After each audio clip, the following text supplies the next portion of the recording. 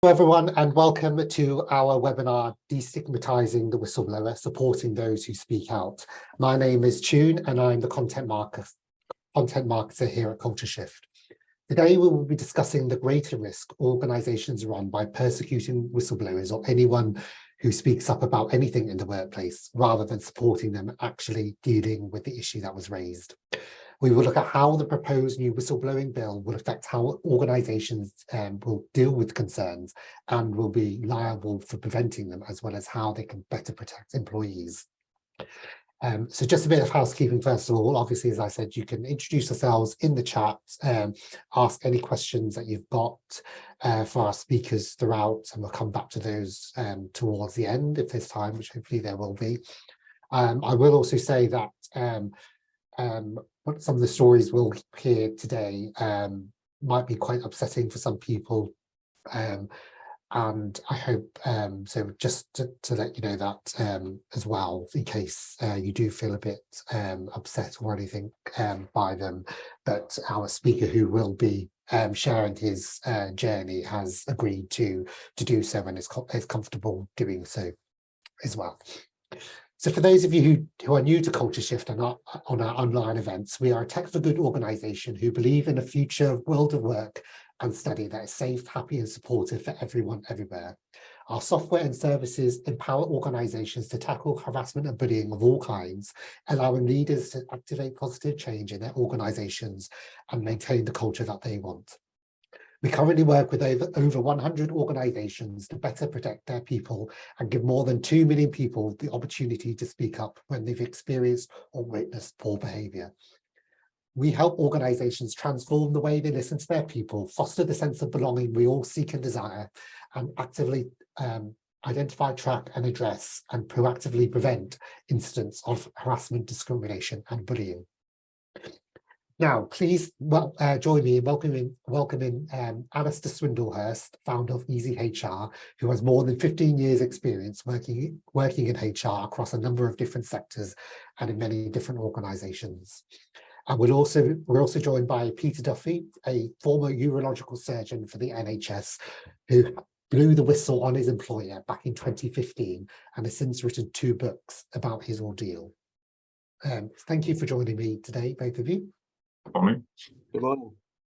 I'll start with you, Peter, if you would like to tell us about your case and journey, so we get a bit of a context of where we're coming from today in terms of the whistleblowing bill and that's how the current legislation has affected you, and or not, as it may be, or not protected you as it may be. Yeah, thank you. So I'm just 61. As you said, I'm now ex-consultant urological surgeon. So I worked for a trust in northwest England, and I blew the whistle to the Care Quality Commission in 2015. I'd actually been an internal whistleblower for some years before that, but I went outside the trust in 2015 about specifically an avoidable death, an act of disobedience to the coroner, and what I felt was ongoing risk-taking and cover-ups. And I think my story is of interest because it takes you through the sort of playbook or the cycle of abuse, it's been called, that typically happens to whistleblowers when an organisation turns on them and tries to shut them down. So I went to the Care Quality Commission in summer of 2015. In October of that year, the CQC approached the trust about my concerns, and that same month, several £1,000s a month started disappearing out of my earnings. And then we went through the sort of list of detriments and punishments that typically happens to whistleblowers. So as well as the pay cut, I was demoted, I was threatened with disciplinary action. We had threatened changes in terms and conditions. One of the things that often happens is you get moved to the opposite end of the organisation, which had actually already happened to me. So I was doing a 2.5 hour a day commute after being moved to the other side of the trust. The situation finished up with this rather surreal situation in summer of 2016, where I was threatened with a retrospective pay cut, which was sort of open-ended. It could have been almost any amount of money, and at that point I had to leave. So that's the sort of way in which whistleblowers tend to get managed out of their jobs. And it came in the context of promises and assurances from the whole board that no whistleblower would suffer any detriment or lose their job. And of course, that just went out of the window.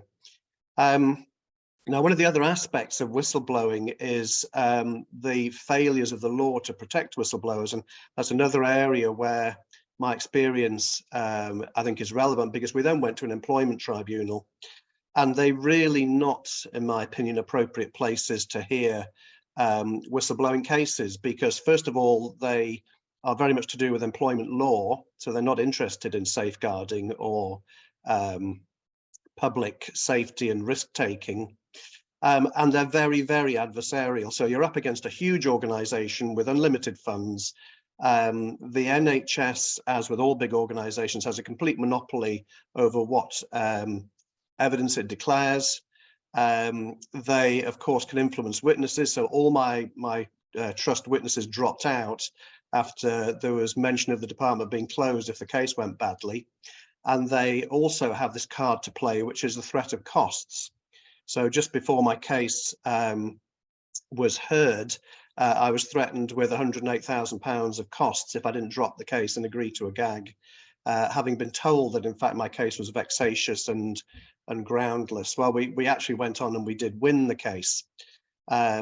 So that threat was an empty one, but it very nearly succeeded, both in closing down my concerns and very nearly resulted in a gag as well. Now, I don't want to speak for too long here. We need to bring Alastair in, but the retaliation didn't stop there, because we then ended up with a big NHS inquiry at which 2 emails suddenly appeared, which it now appears that they've been backdated into the records, but they very nearly ended up with me being taken to a full GMC investigation and inquiry.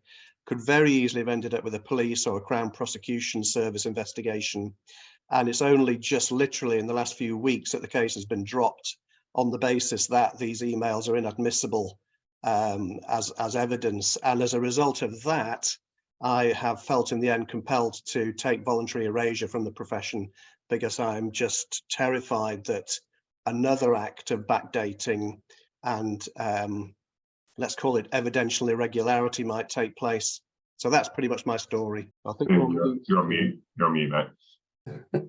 Thank you very much, Peter, for sharing that. I know there is a lot more to that, but obviously there are 2 books that you've written about it. And thank you so much for now being a voice to try to share your story everywhere, and to try and inspire other people to speak up and to protect and support people who not only blow the whistle, but people before they have to feel they have to blow the whistle. Hopefully that will change. Obviously there's a lot to go to change, especially in the NHS, but we can only hope.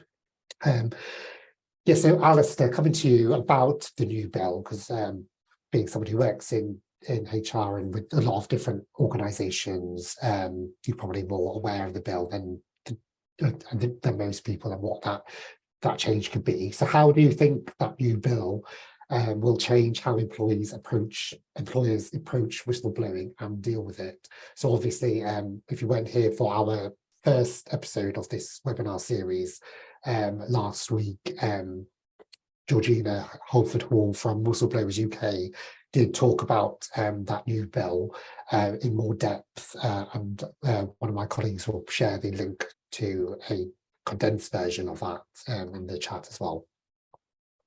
I can't give that justice in terms of what happened last week, but it's kind of I think kind of it'd be along the same lines from my perspective. I think, as you said, I've worked across a variety of industries, and we've kind of, it's interesting how you run into whistleblowing as an issue, and some people kind of intentionally approach it and deal with it in the right way, and some people kind of fall over it as an issue, and some employers don't realise that they're in that situation.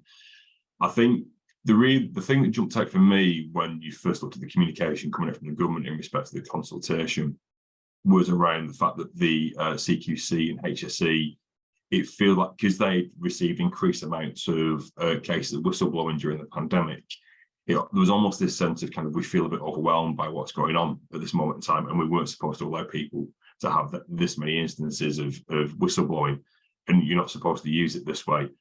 That's the narrative to me in terms of how it came out. And if you then look at kind of the terms of reference that they've announced alongside that, which is they want to understand who is covered by whistleblowing protections, you know, and sort of they want to, it feels like they want to create narrower definitions of actually what a whistleblowing case is. Now, I think in anything like this, I think there's good and bad in this, because I don't think there's a prescriptive yes or no, this is a good situation. I think it's good because I think that in some instances at this moment in time, I don't feel people really understand what whistleblowing is. And I think that either people don't address it in the right way, and I mean this from an employment perspective, is that they sometimes wave things away as an issue without realising the situation they're in.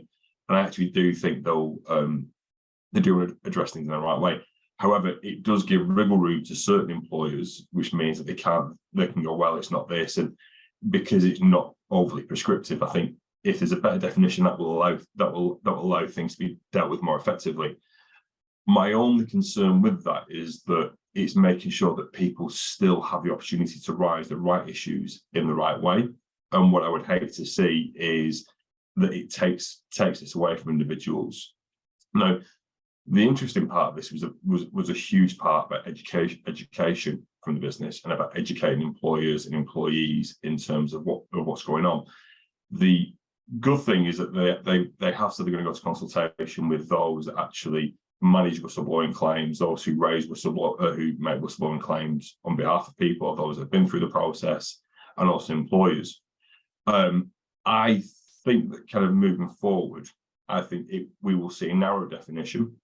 I'm hoping that we'll see a prescribed definition, but there still needs to be a catch-all within that, which means that there are still instances that don't fall within this prescribed kind of status quo in terms of what an issue is or how you need to manage it. But it still allows, given the right circumstances, it allows an individual to kind of put the hand up to say, this isn't right, and you need to take this seriously, and I need specific protections if I'm going to do that. I think the other part of this is certainly, and I think about this more from health and safety in the environments that I've worked in, is it's understanding, making sure that you've got the things in place that people can do that in a safe way. And actually, we should be pushing employers, and we'll talk about this a little bit later on, but we should be pushing employers more towards how you set this up at the front end in terms of preventing you to getting to a whistleblower, you know, a claim being made, and putting measures in place, which means that things are being dealt with in a fair, open and transparent manner in the first instance. And actually, because you're doing things in the right way, you shouldn't be getting to the whistleblowing part in the end. Yes, I definitely agree. I think, yeah, I know that they are trying to broaden the term of whistleblowing, so it doesn't just necessarily mean financial gross misconduct, which I think, well, most, or health and safety concerns, which I think is what most people might think when they think whistleblowing. But obviously, especially with what Code Shift do in terms of how our system is used, it can be bullying, discrimination and harassment and all those sorts of things as well. So yeah, definitely refining and defining what whistleblowing is or can be, but obviously that should be a last resort. So having those other systems in place, so people or building that culture where people can speak up first before they feel they have to go to the last resort of whistleblowing. And yeah, we'll talk a bit more about that later as well. We'll be talking more about that in depth next week at our the third part of this webinar. And so moving on, well, continue with you, Alastair, as well. So one thing the new bill wants is to introduce mandatory standards for employers, including arrangements to ensure that employers are dealing with whistleblowing concerns effectively and proactively protecting whistleblowers. So how can employers go above mandatory standards to do this? I think we've talked about this with other things in the past where, you know, a whistleblowing policy is effectively a process, and kind of a process is brilliant in terms of what it does because it gives you a series of actions. But what we need to look at is intent and behaviour that sits alongside this. Now, I think that kind of one of the things within the bill where we'll end up is that they'll encourage employers to put solutions such as culture shift in place, where actually they will be supportive of businesses that are seen to be taking the right steps, the right actions. And I know certainly in discussion with Peter is that kind of we've got the PR out front, that we've got whistleblowing policies, and what we also need to look at kind of in the engine of stuff in terms of what's actually happening behind it, in terms of how are they monitoring information, what they do when claims are being made, or kind of even sort of queries are just being made. How do you then do things in a way which actually shows that you are committed to this as a process, that actually you look at it in terms of saying, right, how do we then demonstrate to the wider team that these things are being dealt with effectively and in the right way? Because at the moment, I certainly, from my point of view, is that you see a lot of businesses get concerns, but there's not a desire to talk about outcomes openly. And actually, so if you talk about something that, if you've got a claim that could be seen as a public interest disclosure, how are you then communicating that to the broader business to say, actually, we've recognised there's been a problem in the business. This is what we've done, and this is, we've listened, and this is the action that we've then taken as a consequence. And you see that through some engagement platforms that are out there at the moment, but we don't really we want to keep that quiet because we're almost admitting that we've done something wrong. And I think many people are concerned that actually this will mean that kind of, if you're that open about doing things, that you're just going to lead yourself to get in more trouble, or it's going to be a line of question that people are going to pursue. But actually, I think if you throw it out there, be open about it, bring people in and sort of say, how do you educate people? How do you make people feel, one, confident that if they're going to bring it forward, it's going to be dealt with seriously, that actually you're going to get a proper response back from the business in terms of saying, you know what, we've listened. We maybe don't agree with all the aspects of it, but what we recognise is that these are genuine points that we'll do something about, and actually then you turn that into a positive, so you turn that into an action plan. And I think that the more you can sort of use that and spin it and go, how can we improve things, the better things are.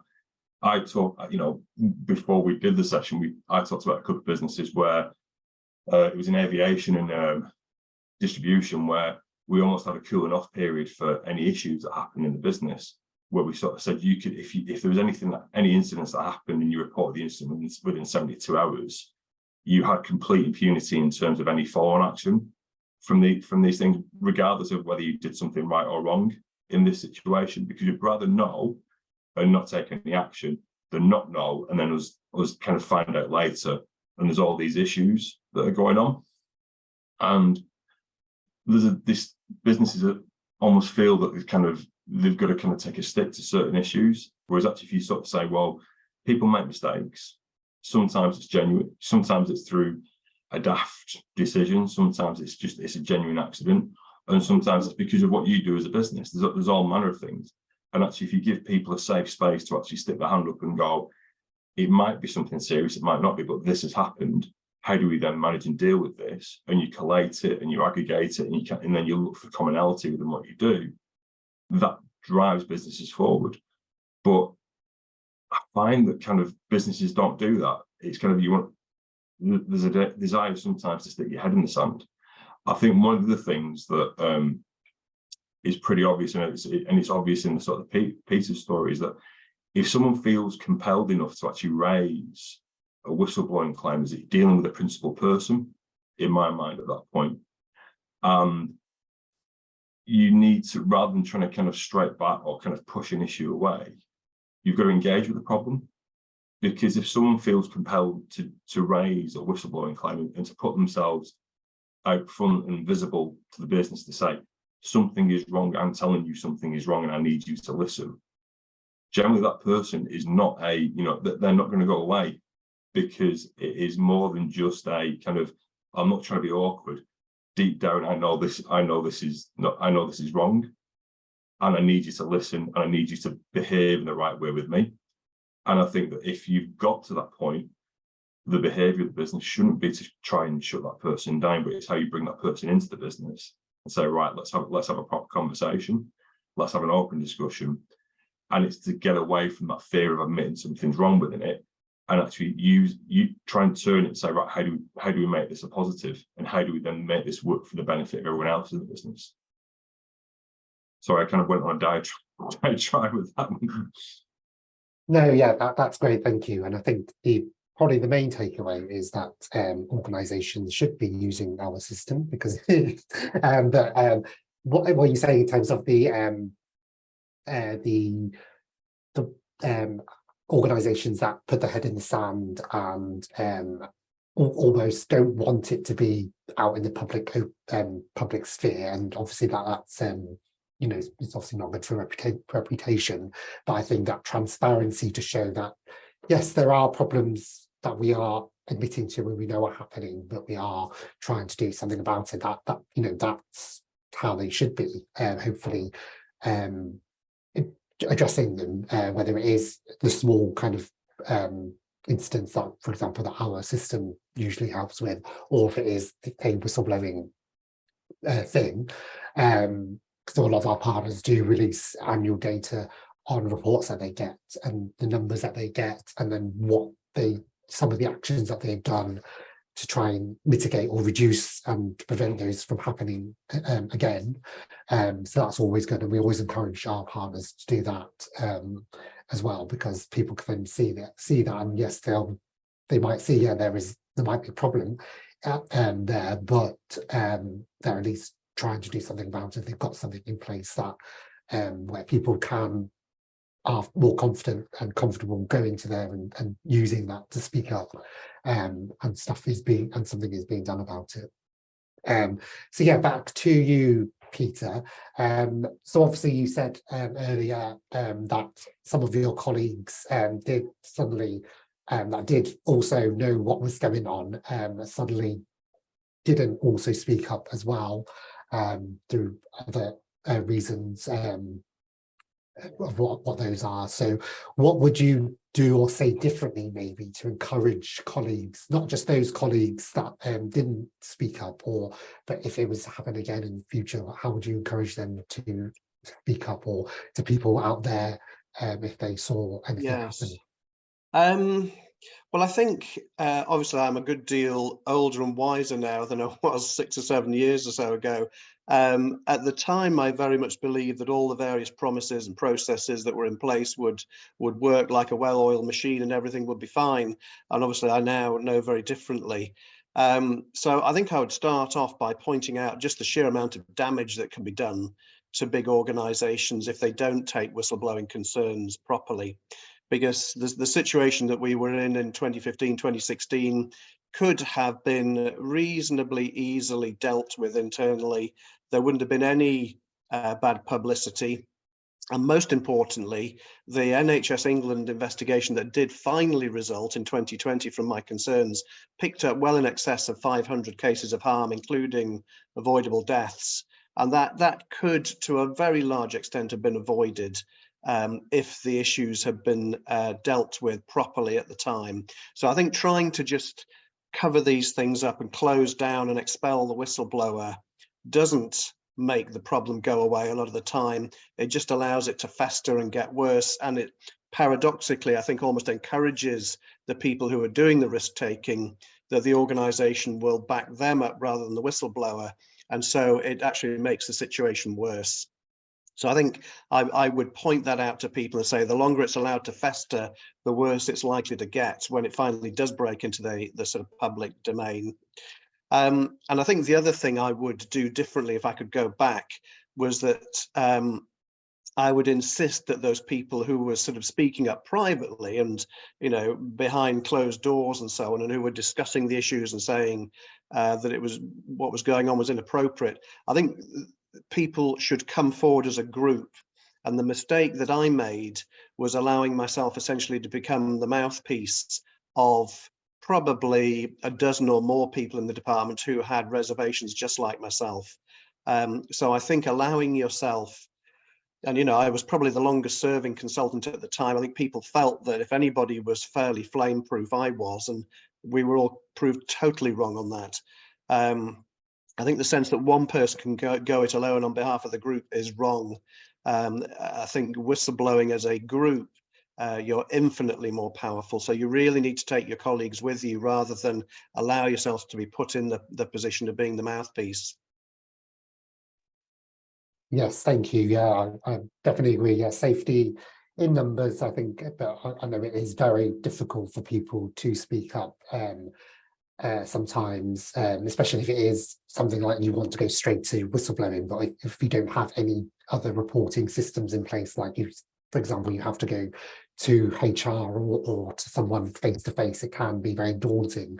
And obviously something like what we have, they can do it anonymously. But obviously it is then up to the organisation to take those reports seriously and do something with it. So obviously they need to be held accountable, those leaders, and obviously we'll come to that in a minute. And I think as well that safety numbers, or that kind of chain reaction of dominoes of people speaking up is really important. I mean, you've got even today if people might know about the more than 100 employees from McDonald's have been speaking up over sexual abuse claims. So obviously that has increased that chain reaction of people talking about that and feeling confident enough now to speak up because other people have, and hopefully that's something that would happen if that was the case in other organisations as well, even though we don't want that to happen. But obviously these things do happen. They just need people to feel like they can say something and won't face repercussions. So Alastair, what is your tip for leaders to ensure a culture where people can speak up? I think the big thing for me is the feedback loop.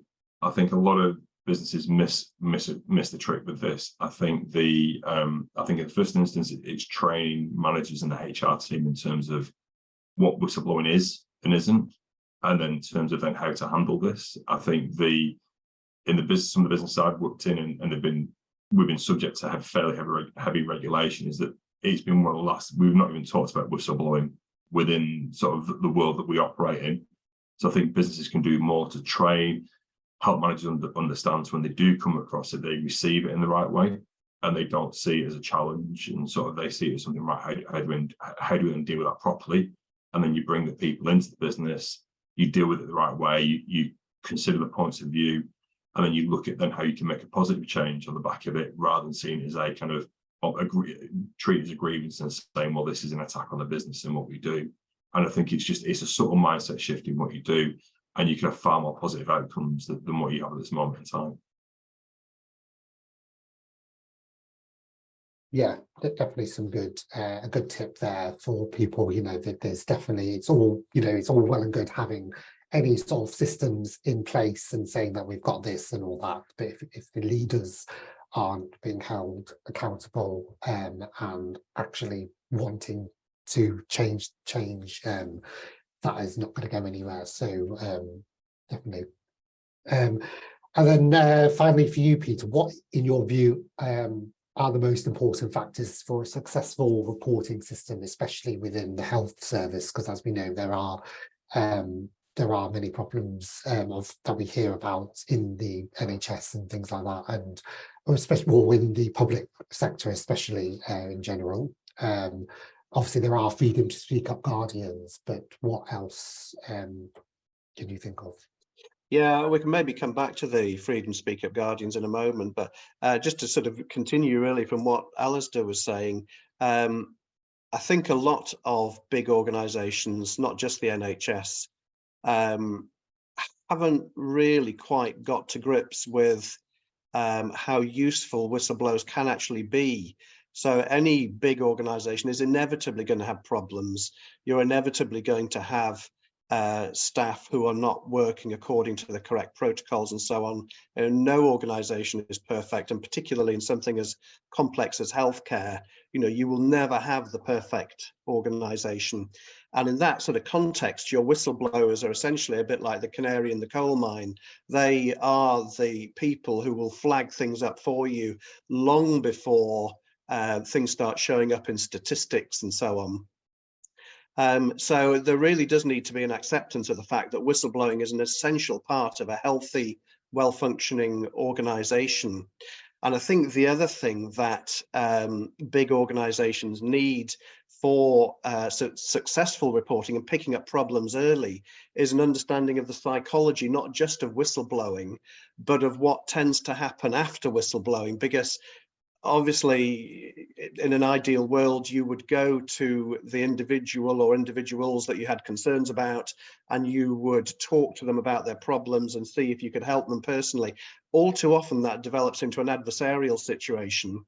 And what often happens is, by the time the whistleblowing comes to the attention of senior management, you've got a whole barrage of counter allegations and sort of personality issues and so on. And I think all too often in whistleblowing situations, the original whistleblowing gets simply buried in all the sort of counter allegations and all the smoke screens that get thrown up to try and hide what originally went on. And this, I think, is a well-recognized sequence of events. And so I do think senior managers and executives need to be aware of the kind of psychology that goes on behind this, and not allow themselves to get bogged down in the sort of counter allegation and finger pointing that often goes on when somebody steps out of line and blows the whistle on something that could negatively impact on the organization. Thank you. Yeah, I think, like you said, no organisation is perfect.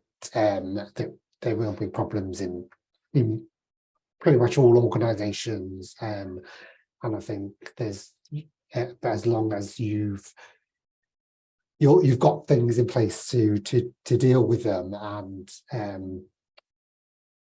you know, that's the best you can do. I mean, we always talk about trying to be safe, happy and supportive for everyone everywhere, and trying to, but we can't really say we have to try to eliminate all of these problems like bullying, discrimination, harassment, and all the other things, because ultimately they will always be there.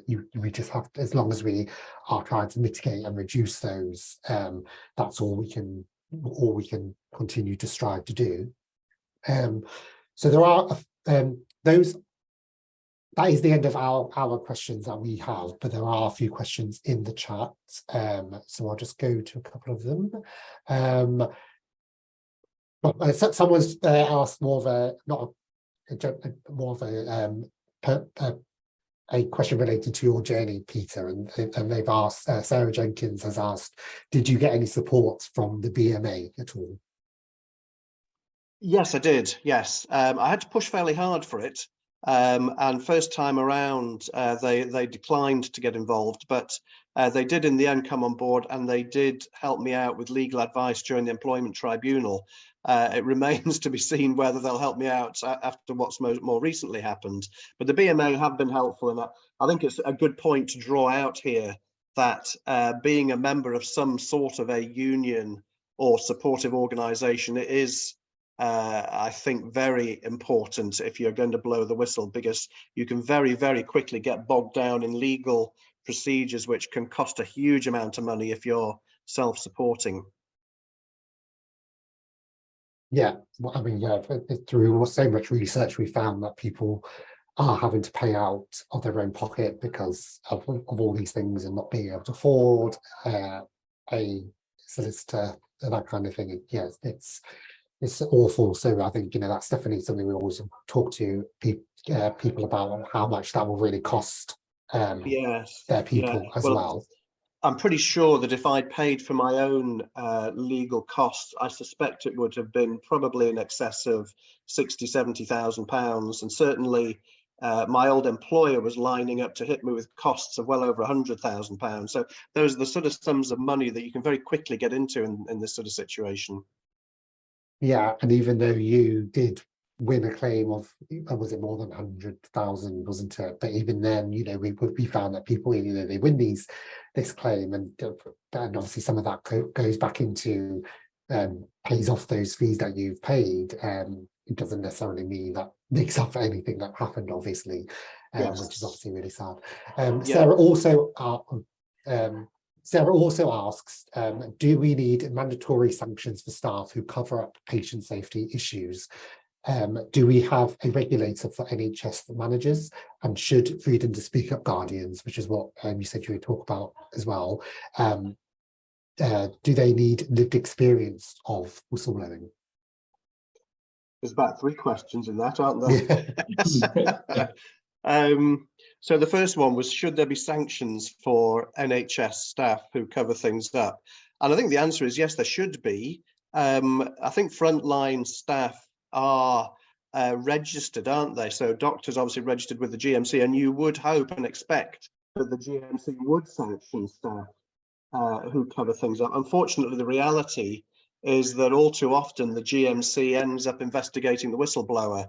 And so that's happened to me. I think I've been reported about 7 times, and I think I've had 3 major investigations as part of the retaliation and the smokescreen sort of effect. So I do think the regulators could do a lot more to support whistleblowers and to sanction people who would try and take whistleblowers down. Second question, was that about registration of senior managers?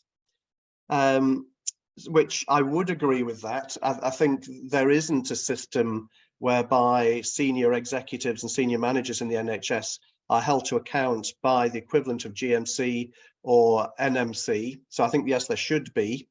And then I think the third question, I won't take too long, freedom to speak up, guardians.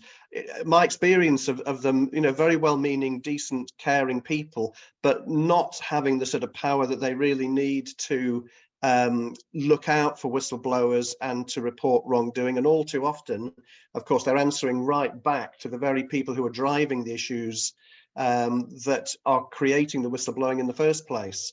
So I think the guardians really should be funded and paid by a different organisation from the one that they are acting as guardian for, and it should be clear that they are responsible to and answering to individuals who are outside the sort of whistleblowing loop, if you like. Can I just add something to the cover-up piece as well? Is that I think people that kind of cover things up, I think there's a difficult question there, because some people are sometimes subject to undue pressure by other people, and they don't speak up because another person is trying to cover it up, and you don't say anything because an obligation is passed on to that person not to say something. And I think that kind of whenever you look at something like this, you try and look at it in the round and try and look at kind of, well, some people have perhaps done things they shouldn't have done, is because they've been subject to pressure from other people, which is why they've kind of facilitated something in that situation. That's not to excuse behaviour, but I think it's looking at things in 360 as best you can when you do that. Yes, but I think, again, just to come back to you on that, I think anybody who is putting pressure on frontline staff, yes, should be equally sanctionable for that. And your process and system should absolutely deal with that person who is causing that. I think it's because there's, in my experience, there's tiers of this. You've got like the instigator, hustlers, and you've got those that kind of fall into line because they feel undue pressure, and it's sometimes hard to make a judgment call on that, but you need to really drive into those that are causing it. And then there's a different question about those that kind of facilitate, but are sometimes just doing as they're told within that as well.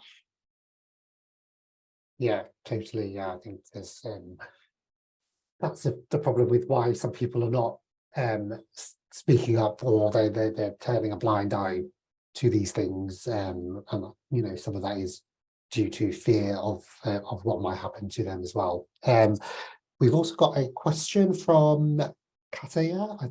I'm sorry, apologies if I'm pronouncing that wrong. So she's asked, Peter, given the end personal results of your whistleblowing was that you were managed out of your organisation and eventually out of your career, how would you encourage someone to speak up who is fairly young, with a young family, who would not have any resilience to withstand those kind of repercussions? How could someone in that situation speak up? Assuming that's very difficult, isn't it? Yeah, I don't know that I have a correct answer, except just to say be very, very careful. I mean, the only good thing about my whistleblowing is that I'm old enough that it's not been that much of a disaster that my career has been destroyed. It certainly would have been if I'd spoken up in my 30s. So I don't have a magic solution except really to repeat I think you need to take colleagues with you. I think you need to do it as a group. I think you need to document things very carefully. You need to speak to your freedom to speak up guardians at a very early stage. They may or may not be able to help, but at least you've demonstrated clearly there that you're a whistleblower. And I think the only other advice, which sounds very cynical, but is absolutely true, is I would say trust nobody. I was told that early on in my whistleblowing career, and it is so true. You will find almost inevitably that within your group of 15 or 20 people that you confide in, that there will be at least one person who will be reporting back to your organization, and who will not be the friend that you perhaps thought they were. So you need to be so careful, and yeah, trust nobody. Mhm. Sorry, that's very negative, isn't it? But I'm afraid that's the situation we're in, and that is why we need this whistleblowing bill, or some sort of workover of the current legal and regulatory systems. Can I just wholeheartedly agree with that comment? That there was, I remember when I first started being involved in this world, and someone said, there was a quote which said, sort of, be polite, be kind, but have a plan to kill everyone. And it was like, don't trust anyone. Don't trust anyone. Be nice, but it's again, don't trust anyone in these situations. And I think I would completely agree with that comment. Thank you for that. We've also got a question from Maria. This is quite a long question, so I'm not. Hopefully, we can get through it. Why are ET judges unfairly, incorrectly, and prematurely dismissing, rejecting, and striking out at PIDA detriment and PIDA dismissal claims, and why can't they deal with complex whistleblowing cases or claims properly, including bullying, harassment and discrimination, whistleblowing, victimization and retaliation, as there are many hidden complexities to these types of cases in different sectors, such as health, social care and safeguarding, etc. It's in the chat if you want to read through it. Yeah, I'll just go that one.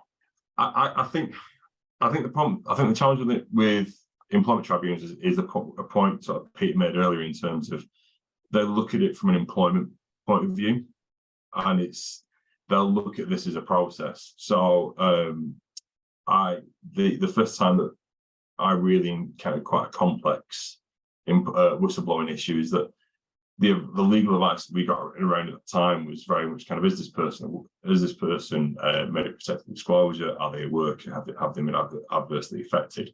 And it was kind of, you tick those three boxes, then you need to deal with it on that basis. When you get to a tribunal, is that you are in a legal process at that point, and they will look at it on the merits of a legal process, and that's the kind of the terms of reference that they work with. I think additionally, because none of the government bodies talk to each other in this process either, a lot of businesses are happy for it to kind of funnel into an employment tribunal as well, because they know that actually, if there is any irregularities, or if there's any behavioural problems that kind of need to be addressed with either through HSE or HMRC or anything like that, they will not then get notified to that other body at that point. It will stay within the tribunal, and it won't get affected. And I think on that is that the terms of reference for a tribunal needs to change. I think there's a huge amount of legislation that needs to change, because it's not built for this world that we live in at this moment in time. And I think there's a huge amount that we need to change. And you start to look at technology and how technology impacts this process as well. And also it needs to look at how they engage third parties in the event of a positive claim going to a tribunal as well. But I think we need to work with the judiciary to help them understand as well, because their terms of reference are wrong in these situations. Yeah, thank you for that. Hopefully that answered Maria's question.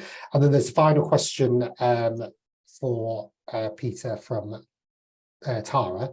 And she would like to know if you had any psychological or therapeutic support, and if so, how was it beneficial?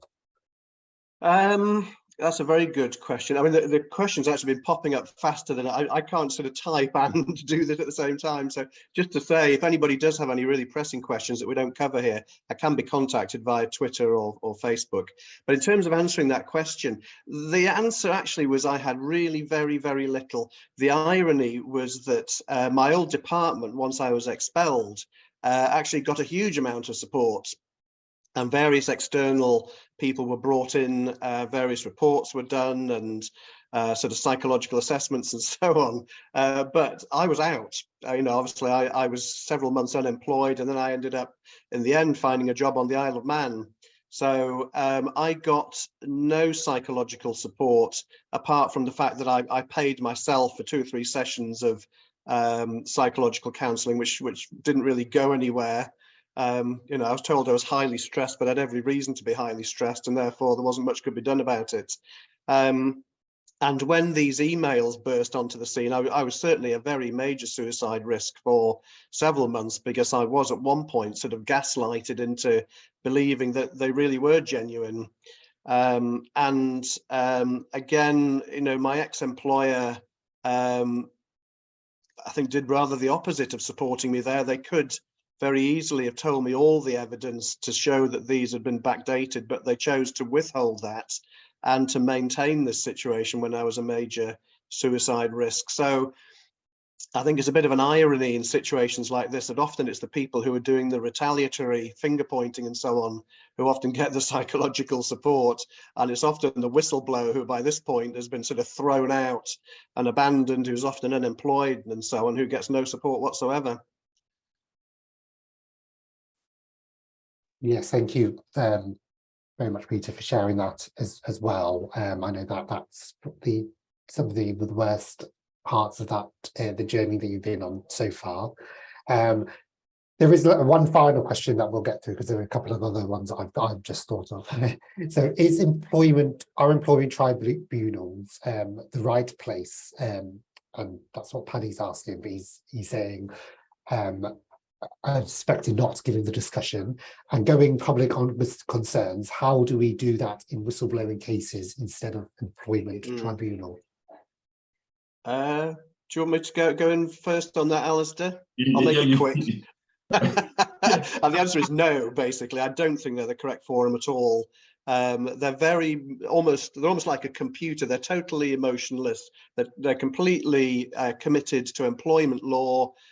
There's no sense of the kind of emotion and loss and distress that's caused to a whistleblower. That's just not taken into account in an employment law at all. It's all about, did you get your claim in time? Is there a link between the whistleblowing and the dismissal? And in terms of any damages and so on, again, it's just like a computer, you know, totting up, well, did you lose pension contributions? Did you lose salary? So they're not the appropriate place to hear whistleblowing sort of claims. What alternatives have you got? Very little, I think, other than, I think in my case, the most helpful 2 groups of individuals to actually getting my concerns out into the public domain were local MPs, and even more so the media, which is a double-edged sword. But if it wasn't for the involvement of local MPs in the media, then I'm quite sure that my story would never have got into the public domain. I would agree with Peter's point. I think as my point before, in terms of the employment tribunals, terms of reference is about your employment and have you suffered a loss with that. What I would probably be inclined to do is actually, it needs to be dealt with in 2 different spaces, because you've got the employment claim that sits along with raising a claim, but then you actually got the assessment of the whistleblowing claim itself. And I think this is where we talk about things being multi-department reviews of things. So if there's an issue, why is it an issue? Get a specialist information RC or from the CQC to help people understand what's going on, and then what you need to do in next steps. Because the remedy isn't about changing the business. The remedy is about giving you financial recompense through an employment tribunal. So while you may have a whistleblowing claim, if it doesn't get resolved, it's then about cash resolution for you rather than about a resolution to the issues within the business. And you're then on the internal processes of whichever governing body then take responsibility at that time. And there's no assumption that we'll take responsibility for that issue either. Thank you for that. I hope that answered your question. So very quickly, Alastair, one thing I want to ask as well is whether, depending on what the outcome of the consultation, is there anything that you would, the kind of key bits that you would say to your clients or anybody else working in HR or ED&I that need to deal with any reports or incidents that come across, and what would you say to them in terms of how to go forward once that bill is in place, if it does come into action? I think regardless of what comes into action, I think you've got to take a more proactive approach to anything that happens in your business. And we do some training with businesses, and one of the things we've got is an animal with its head in the sand, and and we've said that is no excuse on any issue, and that cuts through anything in the business. I think you've got to get in front of issues, you've got to own the issues, and you've got to address that. And I think that we should be encouraging businesses who take positive action and attempt to address things in the right way, and we don't do that within this country and within our system.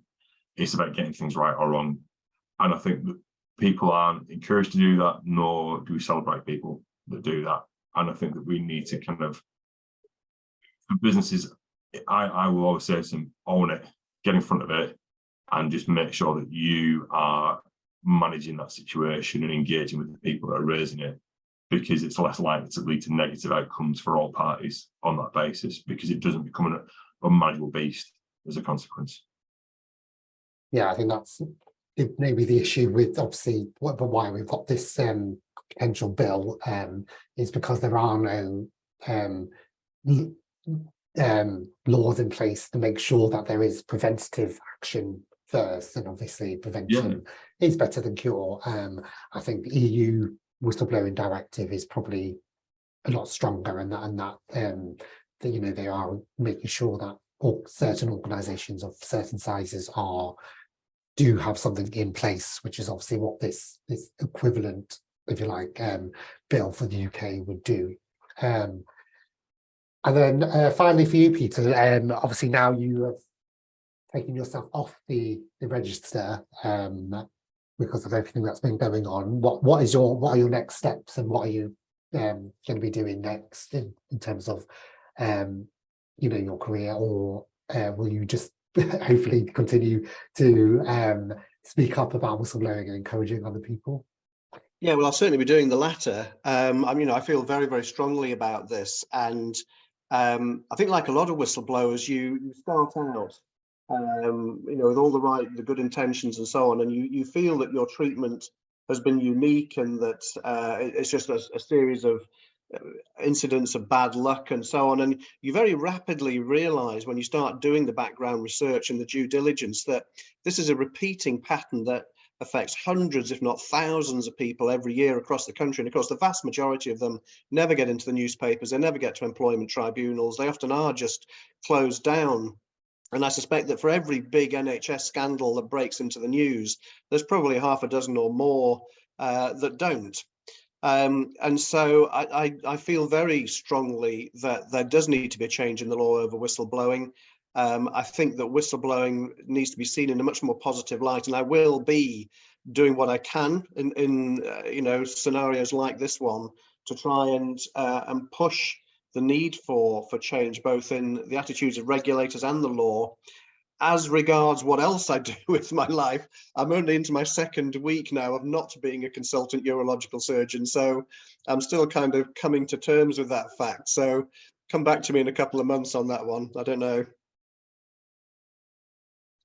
Yeah, thank you for that. Thank you, Peter and Alastair, for coming on today and sharing your experiences as well. And thank you to the people in the chat for also sharing some of your experiences and questions. I know some of you were saying that you have also blown the whistle as well, and you can relate to Peter in some ways. So thank you as well for that. And hopefully you are getting the support that you that you will need or want for that. So thank you very much for joining us today. The recording will be sent out to you in due course, as well as the one from last week if any of you missed it and want to watch it. Thank you very much.